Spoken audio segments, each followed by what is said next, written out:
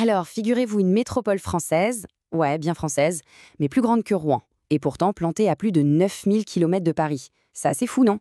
Aujourd'hui, on part à la découverte de Saint-Denis de la Réunion, cette capitale tropicale en plein milieu de l'océan Indien. 156 149. Voilà, ça c'est un chiffre qui a son importance. C'est bien plus qu'une simple statistique. Parce que c'est ce chiffre-là qui fait de Saint-Denis, la 20e ville de France. Oui, oui, devant des villes comme Rouen ou Nancy. Et c'est surtout et de loin la plus grande ville de tout l'outre-mer français. Une métropole qu'on oublie souvent, une sorte de métropole invisible, mais qui est pourtant bien là. Alors, pour bien comprendre ce qui rend cette ville si unique, on va faire un petit tour d'horizon. On va plonger dans son histoire, une histoire de sucre et de mer. On verra ses contrastes géographiques assez dingues, ses projets d'ingénierie qui semblent sortis du futur. Et pour finir, on essaiera de toucher du doigt son âme créole. Allez, c'est parti. On commence par ce statut un peu particulier de métropole invisible. Pour comprendre d'où vient Saint-Denis, il faut faire un bond en arrière. Ses racines, elles, plongent en pleine période coloniale. C'est une histoire qui s'est écrite en quelque sorte avec le café et surtout la canne à sucre. Donc, la ville est fondée officiellement en 1669. Pendant un temps, elle se développe et puis, boum. Au début des années 1800, c'est l'explosion économique grâce à la canne à sucre. C'est l'âge d'or. Mais, il y a un mais, en 1869, tout bascule. L'ouverture du canal de Suez change complètement la donne. D'un coup, la Réunion n'est plus un passage stratégique sur la route des Indes. Et là, c'est le début d'une longue, très longue période de marginalisation économique. Pourtant, malgré cette histoire faite de hauts et de bas, il y a quelque chose qui reste. Un attachement, une beauté. C'est d'ailleurs joliment résumé par sa devise latine « Praeter omnes angulus ridet ». Ça veut dire quelque chose comme « Parmi tous les lieux, c'est ce coin de terre qui me sourit ». C'est pas mal, hein? C'est une sorte de promesse de résilience. Et cette résilience, justement, elle vient aussi de sa géographie. Faut bien comprendre que Saint-Denis, ce n'est vraiment pas une ville plate posée tranquillement au bord de l'eau. Non, c'est une ville de contraste, mais de contraste extrême. Elle est littéralement coincée entre l'océan Indien et les pics volcaniques. Rendez-vous compte un peu, la ville part du niveau de la mer à 0 mètre et grimpe jusqu'à plus de 2200 mètres d'altitude au sommet de la roche écrite. C'est énorme. En gros, la ville est construite à flanc de volcan. Et cette verticalité, elle change absolument tout. Ça dicte la façon dont on construit, dont on vit et même la météo. Forcément, avec un tel relief, le climat est spécial. C'est un climat tropical, très humide. Concrètement, la vie des habitants, les Dionysiens, elle est rythmée par 2 grandes saisons. L'été, qui est chaud, très pluvieux, et avec la menace constante des cyclones, et puis l'hiver austral, qui est heureusement un peu plus frais et plus sec.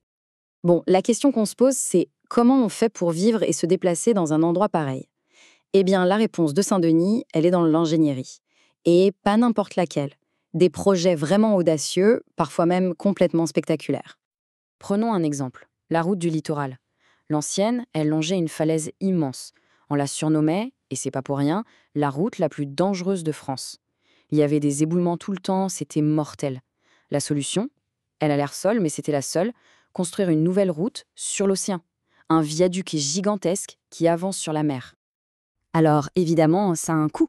Et là, attention, le prix de cette sécurité, c'est 1,6 milliard d'euros. Oui, milliard. Ça en fait tout simplement l'une des routes les plus chères jamais construites dans le monde, si on rapporte au kilomètre. Mais bon, le problème n'était pas que sur la côte. Il fallait aussi trouver une solution pour les quartiers qui sont perchés dans les hauteurs, pour les relier au reste de la ville sans créer des embouteillages monstres. Et là, l'idée a été de lever la tête et de regarder vers le ciel. Saint-Denis a tout simplement inauguré le premier vrai téléphérique urbain de France. Il s'appelle le Papang, c'est le nom d'un rapace local. Et attention, ce n'est pas du tout une attraction pour touristes. Non, non, cette ligne de presque 3 km, elle relie 5 quartiers importants. Elle passe par l'université, des zones résidentielles. En fait, elle transforme des trajets qui étaient une vraie galère en quelques minutes à peine, en survolant la ville. C'est une révolution pour les habitants. Ok, donc on a ces infrastructures impressionnantes, c'est vrai. Mais ce n'est que le squelette, la structure de la ville. Le cœur qui bat à l'intérieur, sa véritable âme, c'est sa population. Et là, on touche à quelque chose de spécial, l'âme créole. C'est vibrant, c'est vivant, et c'est surtout incroyablement divers. La première chose qui frappe vraiment, c'est la jeunesse de la ville. Plus de 42% des habitants ont moins de 30 ans. C'est énorme. Ça veut dire que Saint-Denis, c'est une ville qui bouillonne, pleine d'énergie, pleine de créativité. Ça pose aussi des défis pour l'avenir, bien sûr, mais c'est d'abord une force incroyable. Et cette énergie, elle est nourrie par un mélange de cultures qu'on voit partout, à chaque coin de rue. C'est très concret, on peut se balader dans le centre et en quelques centaines de mètres à peine, on passe devant la cathédrale catholique de Saint-Denis, puis la grande mosquée Nour Islam et un peu plus loin, le temple tamoul Kalikambal. Tout ça cohabite. D'ailleurs, cette mosquée, la mosquée Nour Islam, elle a une histoire particulière. Elle a été terminée en 1905. Ce n'est donc pas juste un lieu de prière, c'est un vrai monument historique. C'est tout simplement la plus ancienne mosquée de France. Ça en dit long sur l'histoire et l'ancienneté du métissage à La Réunion. Et ce dialogue entre les cultures, on le retrouve aussi dans l'architecture, dans la pierre. On a de magnifiques villas créoles traditionnelles qui côtoient des bâtiments beaucoup plus modernes.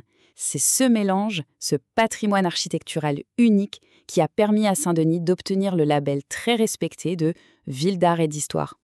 Au final, Saint-Denis nous laisse avec une question assez fascinante, je trouve.